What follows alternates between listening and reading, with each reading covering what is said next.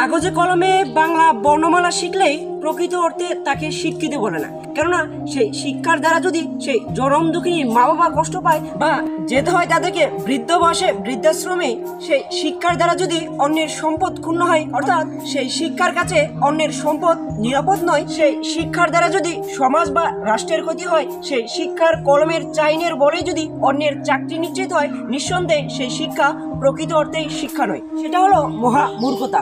এই শিক্ষিত ব্যক্তির চেয়ে ওই মূর্খ ব্যক্তি ভালো, অর্থাৎ যে জীবনে বাংলা বর্ণমালা শিক্ষাতে দূরের কথা, যে জীবনে কলমেই ধরেনি।